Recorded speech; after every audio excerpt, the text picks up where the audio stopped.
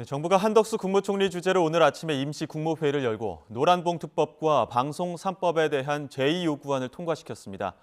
윤석열 대통령이 재가만 하면 취임 이후 세 번째 거부권 행사가 됩니다. 취재기자 연결합니다. 이승배 기자. 네, 정부 서울청사입니다. 네, 거부권을 행사할 거라는 관측이 많았는데 결국 예상대로 진행되는 수순이죠? 네, 맞습니다. 정부가 오늘 아침 8시에 임시 국무회의를 긴급 소집했습니다. 회의에는 노란봉투법과 방송 3법에 대한 제2요구안, 쉽게 말해 거부안이 상정됐습니다.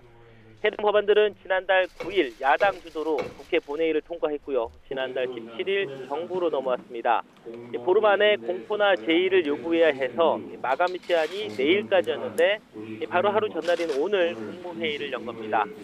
통상 임시 국무회의는 급히 추경 예산을 다루는 경우가 대부분이었고요. 이번처럼 특정 안건 처리만을 위해서 소집한 경우는 드뭅니다. 한덕수 부총리는 모두 발언에서 해당 법안들에 대한 생각을 밝혔습니다. 우선 노란봉투법은 사용자를 모호한 개념으로 확대해 해석을 둘러싸고 현장에 혼란을 초래할 것으로 보이고 헌법상 죄형 법정주의의 명확성 원칙을 위반할 소지가 있다 이렇게 말했습니다.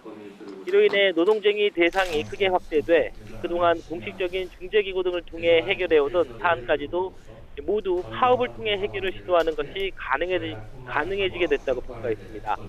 방송 3법에 대해서는 공영방송의 새로운 역할 정립보다는 지배구조 변경에 지나치게 편중돼 있고 특정 이해관계나 편향적인 단체 중심으로 이 사회가 구성돼서 공정성과 공익성이 훼손될 거라고 설명했습니다.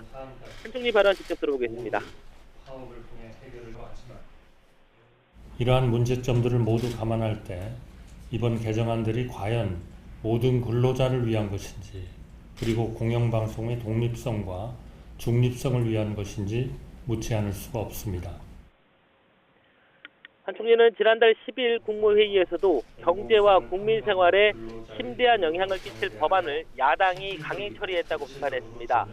대통령실은 법안 통과 이후 공식 반응을 자제해왔지만 내부에서는 부정적 기류가 강해서 거부권을 행사할 거란 전망이 우세했습니다.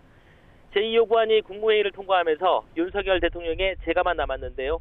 윤 대통령이 이번에 거부권을 행사하면 취임 이후 세 번째가 됩니다. 지난 4월 양곡관리법 개정안에 대해 첫 거부권을 행사를 했고요. 이어서 지난 5월엔 간호법 제정안에 대해 거부권을 행사했습니다. 대통령이 최종 거부권을 행사하면 노란봉투법과 방송 3법은 다시 국회로 돌아갑니다. 국회에서 다시 통과시키려면 재적의원 과반 출석에 3분의 2 이상 찬성이 필요하기 때문에 야당이 모두 힘을 합쳐도 통과 가능성은 없습니다.